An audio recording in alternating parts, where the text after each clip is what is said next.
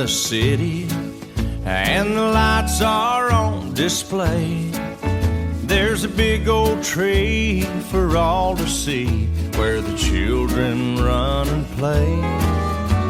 I look out through my window, something just don't seem right, till I said hello and heard her voice on the other end of the line. Now it's Christmas, Christmas, I'm hurrying on my way. Christmas, Christmas. Okay, this needs a little context. That's Blake Shelton. The song is called Time to Come Home for Christmas. And it's somehow connected to this kind of mini-verse in the multiverse of Christmas movies. There are titles that include Time for Him to Come Home for Christmas, Time for Her to Come Home for Christmas, Time for Me to Come Home for Christmas, Time for Us to Come Home for Christmas, Time for Them to Come Home for Christmas, and Time to Come Home for Christmas, Fire, Walk With Me. I made the last one up. But it's just way more complicated than I thought, Christmas movies.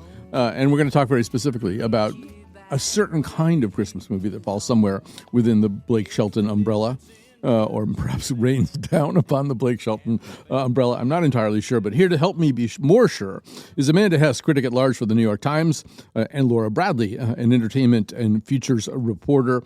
Amanda, welcome back to the show. And let's sort of begin. You wrote a piece for the New York Times called How I Aged into the Bad Christmas Movie. And you know, Amanda, the piece is kind of a Christmas movie all by itself. It's about a kind of uptight, self-righteous young woman who thinks she's better than Christmas movies. And then something happens that changes her outlook, and she's down with Christmas movies. I think we could probably sell this to Hallmark. But for people who haven't read the piece, Amanda, give them kind of a sense of where it goes. Well, first of all, I now see that as a great compliment that I could have written something that could be a Hallmark movie. The piece is basically about how I used to think that made-for-TV Christmas movies were very stupid. And now I still think they're stupid, but I watch them and I love them. And the piece is sort of interrogating how I became that person and how I became a little bit more sentimental and soft, but also how the Christmas movies started to get a little bit more wry and cynical to meet me in the middle. Yeah, and I think one of the points that you mentioned in the piece is that you also feel as though lately you've gone through a time of significant stress and complexity and a sense of responsibility that made, as you put it, I think, a compelling TV show, maybe more than you wanted to bite off and try to chew on.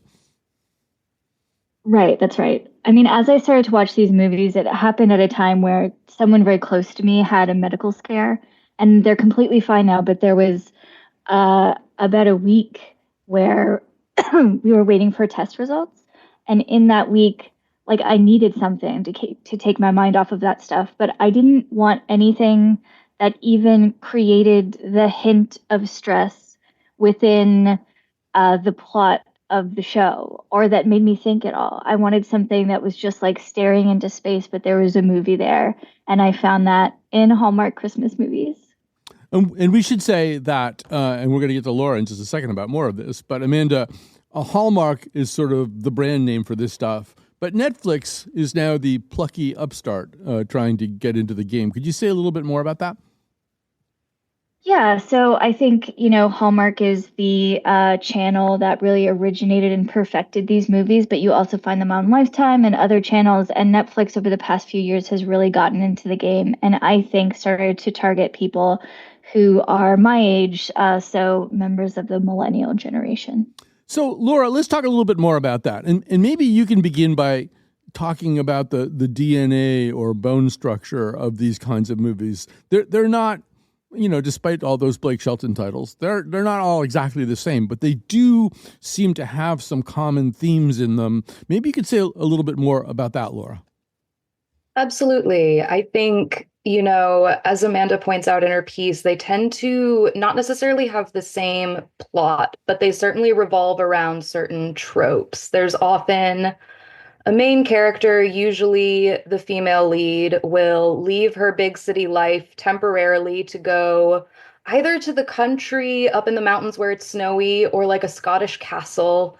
And there she will discover her romantic lead, who is always sort of straight out of a romance novel. He's a really buff carpenter, or he's, about to come into an inheritance, or he's some grouchy man who's trying to sell off his castle. Whatever it is, there's usually very light romantic tension between his sort of being representing an old world ideal and her representing this new modern fancy life. And historically, she would sort of give up her aspirations to join his world, but now increasingly we see it can go the other way, and he will give up his more rural or castle dwelling lifestyle to come back to her, to the slick city.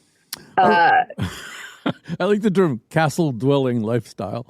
It's a lifestyle to which we all aspire, or at least I aspire, but not many of us get to witness. Well, I want you both to talk about this, but Laura, Amanda talked about kind of how these movies started to meet her halfway. And it seems to me one of the things that you've documented pretty well is that one aspect of movies that millennials maybe want a little bit more is a kind of knowingness about the genre, to the extent that over in the Marvel Cinematic Universe, Deadpool versus Wolverine is like this Pirandello play about these superheroes who seem to know that they work for a movie company. These movies are starting to do kind of callbacks or connections, kind of an extended universe thing. But describe that a little bit, Laura. We've really seen that sprouting on Netflix, and I feel like it started as sort of just a very surface level self-promotional gimmick. They started the Netflix Christmas universe, or Netflix Christmas Cinematic Universe, NCU, NCCU, depending on who you are and what you like to call it, started with A Christmas Prince in 2017. And then we moved into movies like The Holiday Calendar and The Princess Switch, which has Vanessa Hudgens in it. And as these movies started to release, an interesting thing happened where we started to see clips from certain movies playing in the background, like A Christmas Prince has played in the background of multiple titles. And then it got a level weirder where characters from certain properties would actually show up in real life in some of these films. And in some cases, that created a bit of a wormhole where a character who had been watched on television in the show, or I'm sorry, in the movie, presumably as a fictional character, shows up as a real life person. And one of my favorites, this time we had The Merry Gentleman come out with Chad Michael Murray. And at one point we see a news clipping on a bar wall. That's a news article about two characters from, I believe, The Princess Switch. And so again, it's just this strange interconnectedness that is pretty much impossible to parse out because there's absolutely no logical consistency to it. And surely the people who are making these movies know that, but it's become almost an in-joke at this point of Easter eggs. Yeah, and so, Amanda, this circles back to some of the stuff that you were saying, although it does kind of contravene it a little bit. In like what Laura's describing to me sounds incredibly complicated, that, you would have to sort of geek out at a Zapruder film level, looking frame by frame to see if you could see some, postmodern joke about all this stuff. But how do you process that, Amanda? I mean, I think the phenomenon that Laura is describing is really gets to the heart of what is comforting and appealing about these movies in general, in that it's all about the thrill of recognition. It's about the movies being aggressively familiar. And so the more references they can put into maybe a movie that you just watched because you're streaming them constantly over the holiday season, the more pronounced that feeling is. I sort of compare them to like paint by numbers for adults. They're not difficult, but like there's still a satisfaction in completing them. Right. I should say, just in the interest of kind of full disclosure and cards on the table, I am currently shopping around a script for a Christmas Hallmark type movie called Home for the Shutdown. And it's based on the idea that a soldier with no paycheck because of a government shutdown meets a furloughed air traffic controller and sparks really fly. And my plan is to just, in terms of casting it and stuff like that, anybody who was ever on Party of Five, like I've already hired the lighting director for Party of Five, because And Laura, this is another part of this. There are these kind of original, kind of primal texts for millennials from which a lot of these movies seem to cast, right? They show you characters, they show you actors that you're already fond of. Absolutely. It's interesting. This is an idea that I think has been floating around in the ether for a while, that Netflix in particular sort of reinvented the Disney Channel original movie for now adult millennials. And I think you see that even in the casting, in the sense that you've got the Princess Switch, which has Vanessa Hudgens, who is in the star of one of the biggest, if not absolutely the biggest, Disney Channel original movies of all time, High School Musical. You've also got Lindsay Lohan, who was in a couple Disney Channel original movies. And then you also have folks who were in these television shows that millennials, as you say, really were interested in, whether that's Lacey Chabert or Chad Michael Murray starred in Gilmore Girls and plenty of other shows. And even folks like Danica McKellar, who played, I believe, Winnie Cooper in The Wonder Years. You just see all of these different layers of casting that are clearly meant to spark a familiar, cozy feeling in millennials. And again, remind us of a time when we were younger, and therefore, I think, a time when the world felt simpler and more whimsical and just less thorny.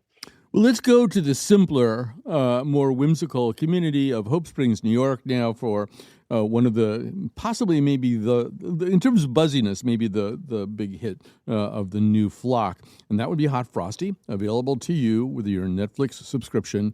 Let's hear a little clip from the trailer of Hot Frosty with Lacey Chabert, the aforementioned Lacey Chabert, as Kathy, Dustin Milligan as Jack the Snowman, and Katie Mixon as Dottie, the doctor. Probably the worst doctor I've ever seen on a television show.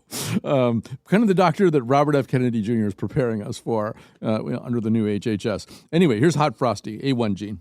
This is Jack. I was a snowman. That's not good. Yeah, that pretty much sums up the whole movie. So, I want to talk about this. I watched this movie last night. And so, I don't know. Amanda, get us started here. Maybe give people a sense of what this movie is, although I think we've already heard what this movie is. But say more about it. You just about covered it. It's about an ice sculpture that becomes a real human man when Lacey Chabert puts her scarf over him. And then, antics ensue. He must learn how to become a person. She must learn how to love again. Her husband died of cancer.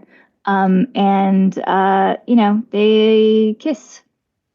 Right. And there's, I love that. That's the movie. So, yeah. And Laura, back to the idea of knowingness. So this movie begins with, I think, a VO or maybe just CGI. I can't remember. I think it's a VO just mentioning the fact that Snowman comes to life is a thing. It's the plot of the song Frosty the Snowman.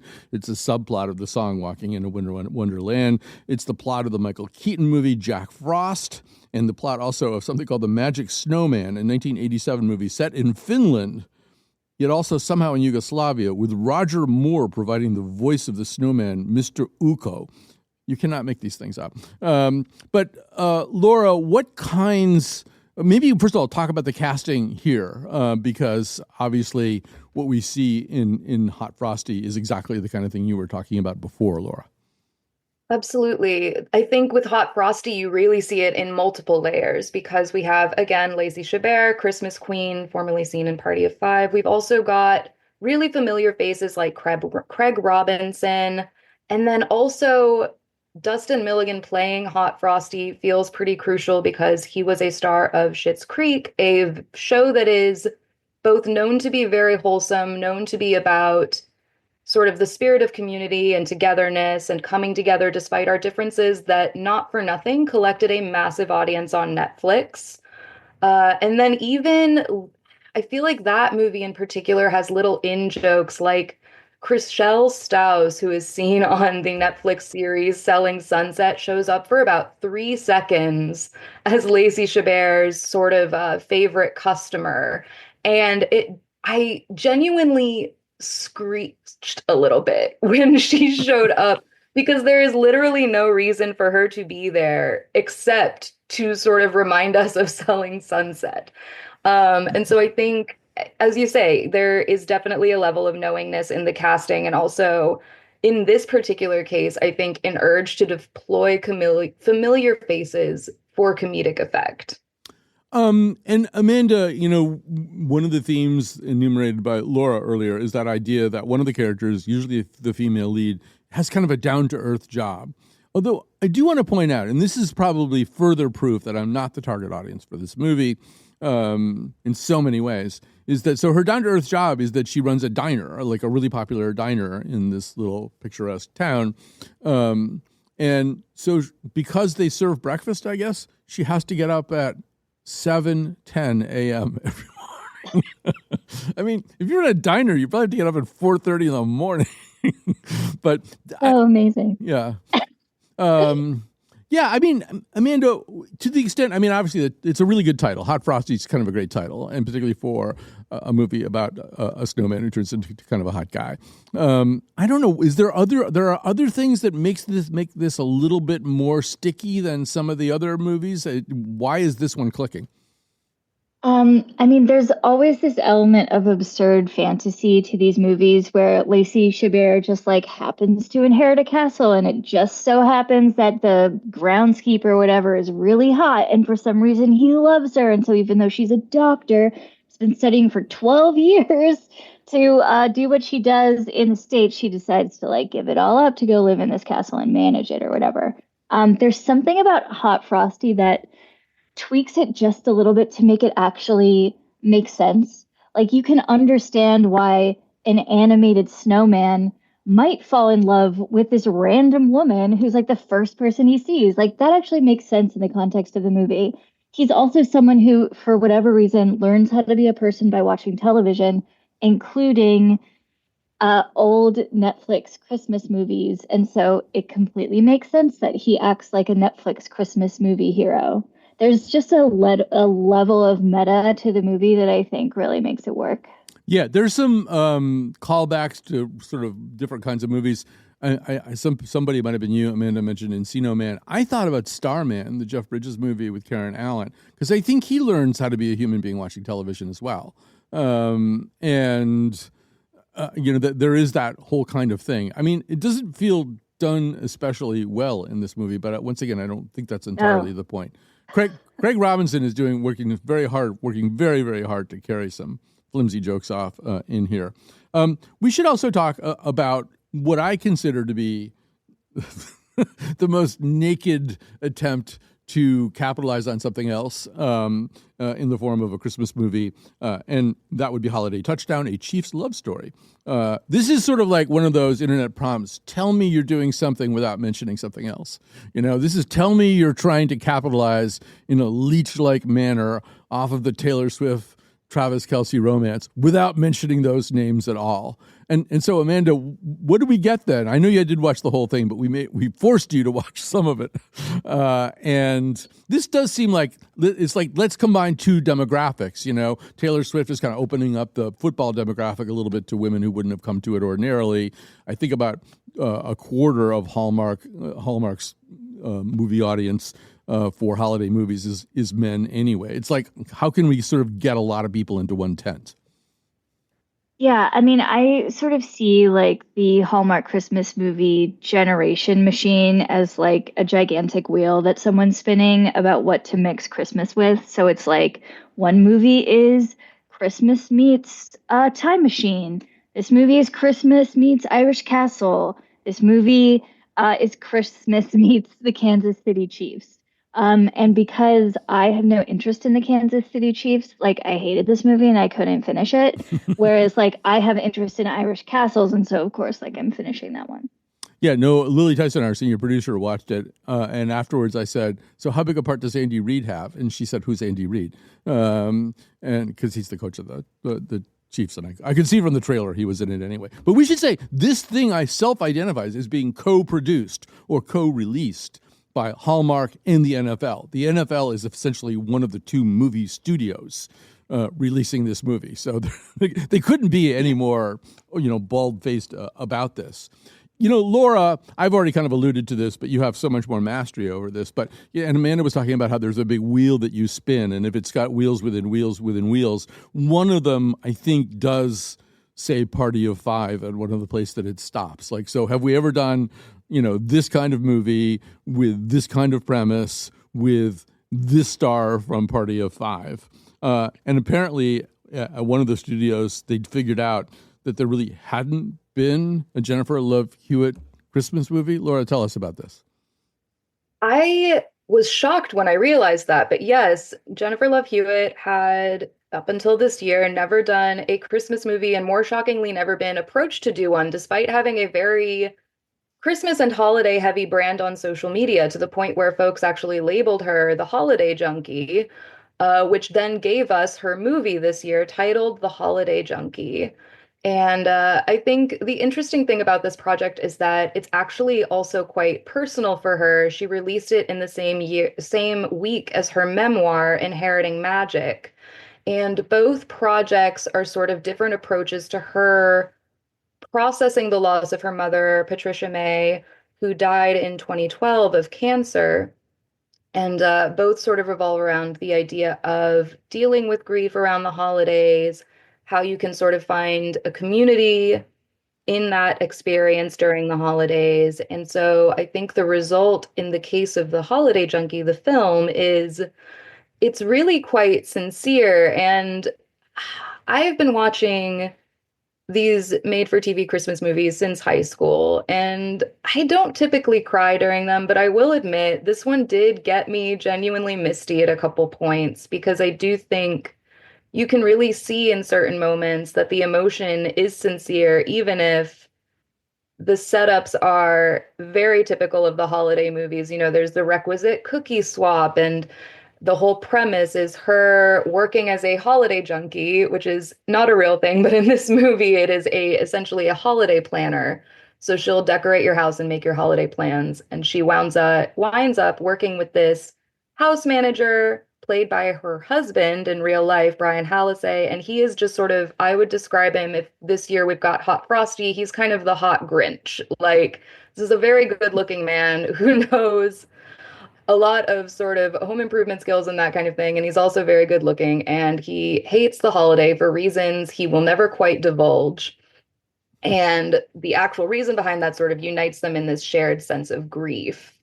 But the whole movie is really steeped in emotions that, as I say, feel really real, even if you're kind of going through the motions of he hates Christmas, she loves Christmas, how could they ever meet in the middle? And how many different, fake snow and cookie swap scenarios are we going to run into along the way? We quickly, Amanda, have to talk about somebody we've mentioned several times already, and in a way that I didn't really understand. Well, I didn't understand it at all, and that is the actor Lacey Chabert. She clearly is, I don't even know what to compare her to. This Susan Lucci of Christmas movies and Hallmark movies, to the extent that apparently there was a thing where a bunch of actors left Hallmark in 2022, and she made a big deal of staying, and then she wound up getting a contract where she could produce some of the movies that she stars in. This is a person, when I watched Hot Frosty, I thought, I think I sort of recognize that. I don't know who she is, but she's somebody I maybe have seen before. Well, I'm very ignorant, right, Amanda? This is a towering figure in this world.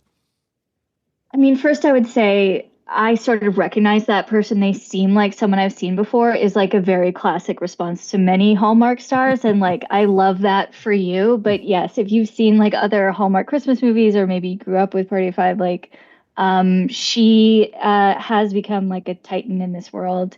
And even though like she's not giving much in her roles, she always seems to play not even a variation on the same person. Like they're all the same person, and she's really nice. Like just her keeping a straight face and like living in this permanent winter for our benefit. Like I love and respect that. I read something in the New York Times last year from Hallmark where they said they had started to expand into international locations because Lacey really liked to do them and she was interested in traveling. And that's what prompted me to start watching some of the international ones, because I was like, oh, I want to get the streaming numbers up on the international ones so that she can take her vacation next year. Also, you want more castles. You're already yes, you're already kind of out as pro castle. Yeah. So, Laura, before you leave, do you want to give us a recommendation or two, maybe among movies we have not yet mentioned? Yeah, I think I really actually enjoyed Meet Me Next Christmas, which if I had to describe it in an elevator pitch, I'd say serendipity, but make it Christmas with pentatonics. The movie centers on Christina Milian, runs into not one but two hot guys in the chattiest airport lounge I've ever seen in my life. Everyone is just so happy to be stranded there on Christmas Eve and striking up conversations, and essentially really hits it off with one guy who is a fellow diehard Pentatonics fan, and they agree that if they're both single, they will meet at the Pentatonics show next Christmas, which is very odd when you realize that she's already in a relationship. So they're basically just betting on her breaking up. But essentially, there is a snag where she has trouble securing her Pentatonics tickets and hires a concierge to help her. And that concierge happens to be the other hot guy she met at the airport lounge. So it's definitely one of those movies where you're watching someone try to wind up with one person, and you know the whole time that they're bound to wind up with the other. It's really just a fun, lighthearted watch. Pentatonics kind of make fun of themselves in very amusing ways. Just all around self-aware. And the other one would be The Merry Gentleman, as I mentioned earlier, Chad Michael Murray. That one's fun because, again, as Amanda Hess mentions in her piece, that movie is essentially Magic Mike, but make it Christmas. You can't really go wrong with that. So I just quickly want to say, when you use the phrase, I think unjudiciously used the phrase diehard Pentatonics fan, I thought that could be a Christmas movie where Pentatonics get stuck in a skyscraper where terrorists have taken over. You know, and they have to use their a cappella singing to break out somehow. All right, we are too dark. It says. I'm getting that on Slack. Too dark. All right, we're going to take a little break. We're going to say, first of all, thank you so much to Laura. It was great fun to talk to you and to tap into your vast oceanic knowledge of this genre. Laura Bradley is an entertainment and features reporter. We'll take a break. We're going to come back with Amanda to talk about some other kinds of Christmas movies. So please don't be late.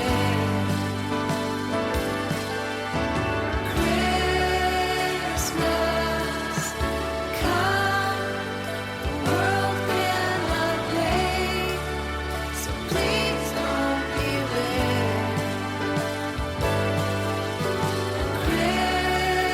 Christmas come, please don't be late. Oh, please don't be late.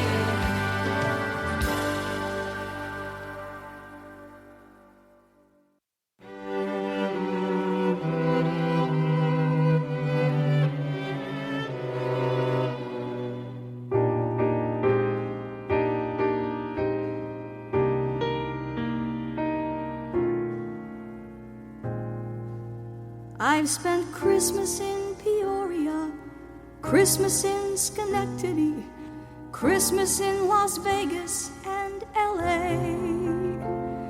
And I always thought it couldn't matter less.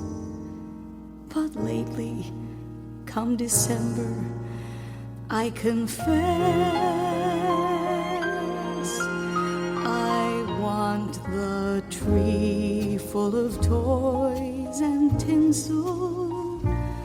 I want the wreath on the red front door.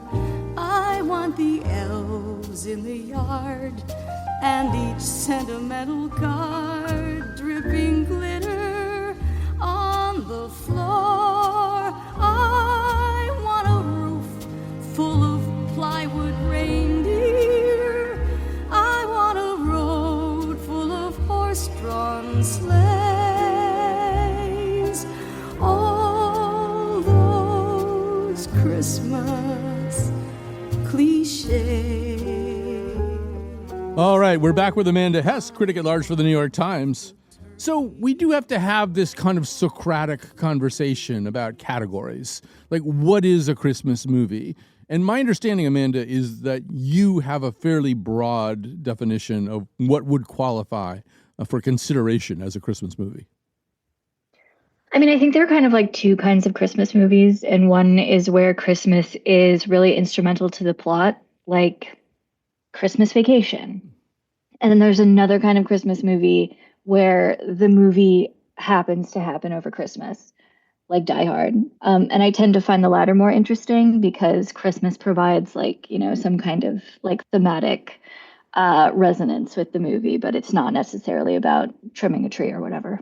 Yeah, I devoted quite a bit of thought to this, at least for my purposes, quite a bit of thought to this. And one thing that struck me is that one of the themes of movies, a trope in movies, is disruption. And that's particularly true in action movies. And so what Christmas does in action movies is kind of be a thing that vibrates like a tuning fork to disruption. I mean, any kind of action movie, you see daily life being disrupted by whatever horrible thing is happening that needs to be averted. But Christmas is special, right? It is supposed to have special qualities. So if it's Christmas and terrorists take over the high rise where your company is having its Christmas party and your estranged husband is upstairs in the next room getting changed, that's a certain kind of disruption that isn't just everyday life. That's interesting. There's this Netflix Christmas movie that came out this year, Our Little Secret, which is basically about spending Christmas with the in-laws from hell. And there are all of these Christmas traditions that the in-laws do, like getting their tree from a specific place, going to children's mass at 4 p.m. on Christmas, like things that may not be your tradition, but because it's Christmas, like it just becomes such a clear and obvious thing that's going to be, hilariously, as you said, disrupted in some way. Yeah, we should say the mother-in-law is played by none other than Kristen Chenoweth, formerly known as Glinda in the original Broadway. I mean, known for many, many things. But it is also interesting the way they will get these kind of A-list actors involved in certain kinds of roles in these things. It's fascinating, Colin. I mean, I can't explain it. So, I think another thing we're looking for in Christmas movies is something that can become a tradition. And something that you and the people that you love will, feel very comfortable watching every year or close to every year. In my world, that movie is Love Actually, which I think is kind of a Mercedes-Benz of Christmas movies, just in the way that talk about A-list actors. Wow. The cast of this thing is kind of scary. And it plays with so many different ideas about Christmas. I mean, Bill Nighy's character, his idea of Christmas is really, really different from, say, Emma Thompson's character. But I don't know, where does that movie sit in your pantheon of Christmas movies? I mean, that's such an interesting example because it is this A-list cast, but I feel like it's really kind of like there's a lot of D-list plot happening in that movie. It's almost like a Hallmark Christmas movie in that way. Every vignette seems to have some more horrifying implication to it, like that Laura Linney is too old and she's too devoted to her brother in order to ever find love or whatever. But I do really like watching that movie. I will say that particular, if you remember Laura Linney's character, she has a brother who has some kind of psychological impairment and is institutionalized, but is having crises all the time. And so when she's trying to make out with this really hot guy who was not a former snowman, but could have been, her phone keeps going off. And I now call that ringtone the Laura Linney ringtone because it is, talk about a disruptor, my God. She's just about to score with this guy she's been, but yes, so sad. It's like 8 Hallmark movies. It's the one about the writer who goes to Portugal to finish his novel and, falls in love with the cleaning person. It's one after another. I don't know. Do you have, I know we were going to get, you, like me, there are certain movies that just happen against the backdrop of Christmas that aren't really Christmas movies, but could arguably be called that. We might talk a little bit about that at the beginning of the C segment. But in terms of real Christmas movies, do any of the old ones have any resonance for you? I mean, whether it's Miracle on 34th Street or It's a Wonderful Life, or I'm kind of partial to the original Bishop's Wife with David Niven and Cary Grant and Loretta Young. I don't know, do any of the old movies work for you? I'm not a huge fan of the Christmas movie, but I have been watching the Charlie Brown Christmas with my son. I think it's only 30 minutes long, so that's really helpful. But it's great, and it's like a market improvement on the other cartoons that I usually watch with him. But I think another thing about the Charlie Brown Christmas movie, and it is the thing that was radical about Peanuts from the beginning as a comic strip. And I'm from a much older generation than yours, and it was revolutionary for me, was that you could explore the possibility that things were not as happy as they're supposed to be.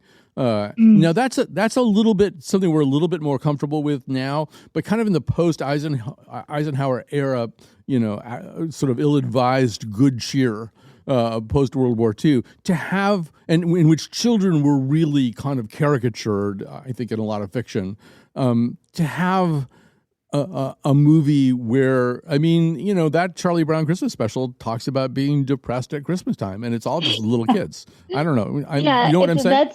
Yeah, they say the word depression like in the first minute, and I remember watching it recently with my 4-year-old son, and I was like, I wonder if he knows what that is. He will soon enough, I guess.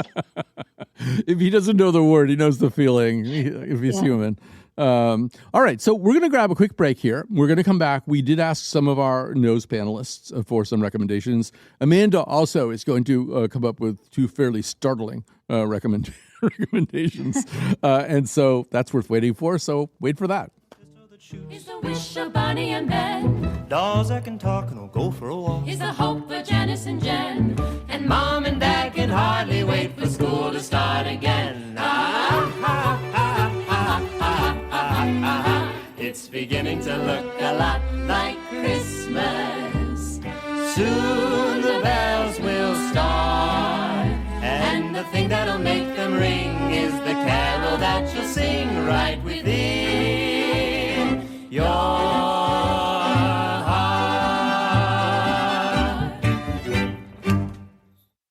And we are back. Time to see some thank yous. Gina Amatruda, the Jedi Master, is here as our technical producer today, although Dylan Reyes, the maestro, is somewhere else, but helping out with things like music and stuff like that. And the producer of this episode was our senior producer, Lily Tyson. And we are talking right now to Amanda Hess, critic at large for the New York Times. Okay, Amanda, it's time for you to reveal your 2 non-traditional Christmas movie picks that you will not be showing to your 4-year-old son. Okay, so the first one is Carol, which is a movie by Todd Haynes, and it's about a married Cate Blanchett who goes Christmas shopping at a department store in the 1950s, and she falls in love with the shop girl. Yes. When I first saw that in the notes, I thought, is that Carol, is it short for A Christmas Carol? Is that what she says? And then I thought, oh, no, she means Carol. Although, when you think about Carol as a Christmas movie, it's kind of funny that the name is Carol. I know, it's funny. All right, so what's your other one? This is the one I really love. This is my real favorite one. Eyes Wide Shut is a Christmas movie. It takes place over Christmas. One of the most, I think, iconic visual aspects of this movie is that everywhere there are Christmas trees that are all decorated the same. They're decorated with colored lights, not those white lights that you see so much nowadays. They're beautiful. And that movie ends in a toy store. And as the central couple of the movie is looking for a gift for their daughter. Right. Although Nicole Kidman's last line is not something that we really want to share with our family around the holidays. But it's not. But if you watch it, you will love it. Yeah. The ending is fabulous.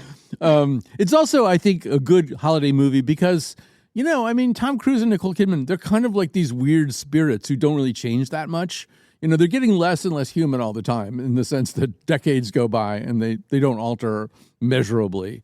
You might be able to detect a little, chemical or surgical intervention here or there, but they're like little elves themselves, or one of them's a big elf and one of them's a little elf. Yeah, that's so funny. And it's also like a time when like the mom and dad of Hollywood were like still married, which soon became not the case. But I think, I don't really know what that movie's about. I think it's about a great number of things, but one of those things is consumerism. And so it's interesting. Christmas is like the perfect time. I don't know if it could be set over the 4th of July. All right, so let's hear from some of our so-called nostrils, panelists on the nose. This is Tracy Wu Fastenberg. This is C1, Gene. For years, the 1994 version of Little Women has been one of my favorite annual Christmas movies. I've loved the book my entire life, And it's probably all rooted in the fact that Louisa May Alcott and I share a birthday, November 29th.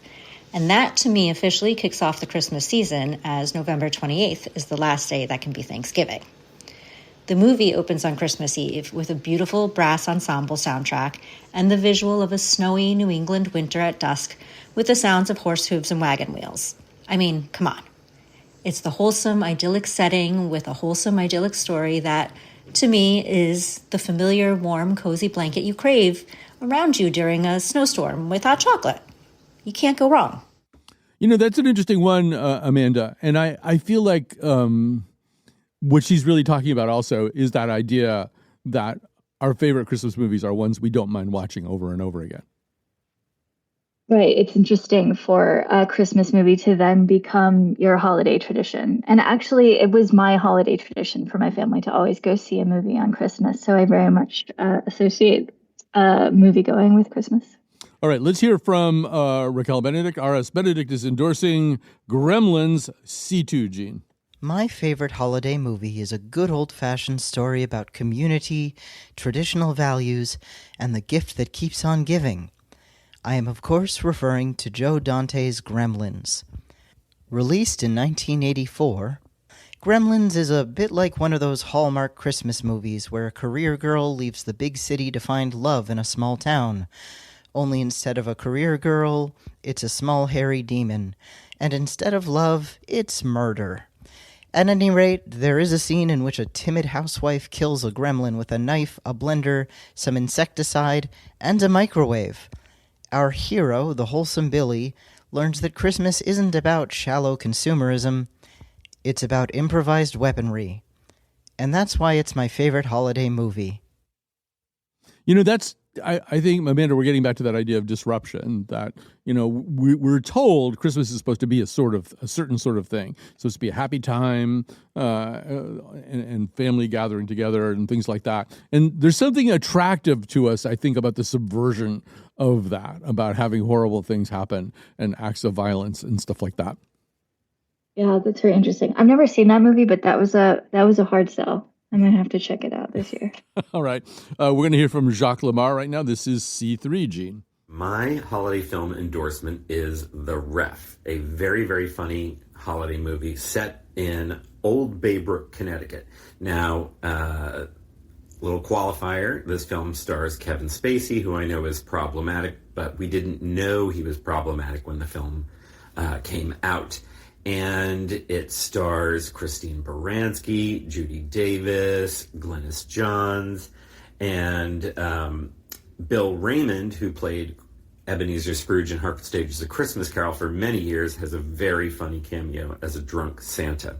And the synopsis of the film is that this couple is leaving their marital counselor. They're going through an explosive divorce, and they get carjacked by Dennis Leary, who is playing a jewel thief. And he has to act as their pretend marriage counselor throughout their Christmas dinner. It's very acerbic, it's very witty, it's very Connecticut, and I highly recommend you check out The Ref. I would additionally point out that if you're into that kind of thing, this is the 30th anniversary of The Ref, and I might add the 100th anniversary of the Danny Kaye, Bing Crosby, Rosemary Clooney movie White Christmas. So if you want to do that kind of tour, wow. The 100th anniversary of White Christmas, worth watching it again just based on that. Amanda, let's hear from Lindsay Lee Wallace. This is C4, Gene. I especially like to watch horror movies around the holidays. I think that it can be really stressful to travel a lot, to see a bunch of people, to, you know, be in a situation that has a lot of expectations around money and joy and sugary goods. And sometimes the catharsis of being scared is exactly what I need. And in that vein, my Christmas tradition just for myself is that I love to watch the Toni Collette horror film Krampus about a dark Santa Claus evil creature that comes and destroys Christmas for a family and an entire town. So if you're looking for, you know, something a little bit spookier than the normal saccharine Christmas fare, Krampus. There it is. She says horror movie. One thing that I discovered, Amanda, is that Lacey Chabert, about whom we have said so much today, I think she has a smaller role in the movie Black Christmas, which is a slasher movie. So even Lacey Chabert is capable of going over to the dark side. Yeah, that's very interesting. I actually saw a movie recently that comes out on Christmas this year, and it is set over Christmas, and it stars Nicole Kidman. It's called Baby Girl. It's an erotic thriller. I highly recommend that one. Yeah, I mean, right now Nicole Kidman is in one of every 3 or 4 TV programs or movies. I mean, obviously. It's fabulous. Yeah. AI is great. So last one comes from Sam Hadelman. This is C5. Go ahead, Gene. My holiday movie pick is a bit boring, but it's Christmas Vacation. I think it's just the ultimate holiday movie. If you catch it on cable, you got to leave it on. I think this is my mom's favorite movie of all time. I remember one year for Christmas, I got her like one of the mugs that they have in the movie with the little antlers. I think I just always really love the ethos of this movie. When you boil it down, it's just Chevy Chase trying to make a buck, give his family a pool, maintain his cousin Eddie's who's like illegally parking his RV outside. Julia Louis-Dreyfus is great as the snarky neighbor, which is a bit underrated to me. But yeah, I just think it checks all the boxes for a great holiday movie, especially with the family. So I think that's got to be my pick. So, as we close here, Amanda, Sam's pick is a good one to sort of stay with for just a second, because you can't just be this detached, somewhat snarky millennial that you were when I first met you. You're a mom now. Yeah, it's hard to bring new life into this world and be, totally cynical about it. You sort of got to become more sincere. But that's involves a set of choices. So this is the year the Charlie Brown Christmas got introduced. Do you have some other movies that you're going to feel pretty comfortable sharing with this young person as the years go by? Okay, so I should say that my children are Jewish. And my 4-year-old has gotten really into Santa this year, and I have no idea what to do about it. I have like 5 days to figure it out. I hope he doesn't listen to this. But the other thing that we've been watching this year is an old episode of the cartoon Rugrats. That is the Hanukkah episode, and it tells the whole story of Hanukkah. There's also a character in it who is a little Jewish girl who is desperately trying to watch a Christmas special on TV. So it's fabulous. I highly recommend it. All right. So we should say Hallmark has recently gotten into more Hanukkah movies as well. So I think there'll be more to come for that. Amanda Hess, it's been so great to have you back on. You were on our show in the very early years, and it's good to hear your voice again. A critic at large for the New York Times. And to the rest of you, we do have some pretty interesting programming coming up next week, which I'm not going to talk about right now, but you absolutely do want to hear some of the stuff that we've done. Oh, okay, I'll mention it. We did this massive holiday special on stage at the Watkinson School with wonderful musicians. And we're going to be running it, I believe, on Saturday, and then maybe again on Christmas Eve, and then more to come after that. So don't miss it, really. It's pretty special. Everybody's waiting for the man with the bag. Christmas is here again. He's got a slate full and it's not gonna stay full. Got stuff that is dropping every stop of the way. Everybody's waiting for the man with the bag. Christmas is here again. He'll be here with the answer to the prayer that you've made through the years. You'll get yours if you've done everything you should. Extra special good. He'll make this December the one you'll remember the best and the merriest you ever did have. Everybody's waiting.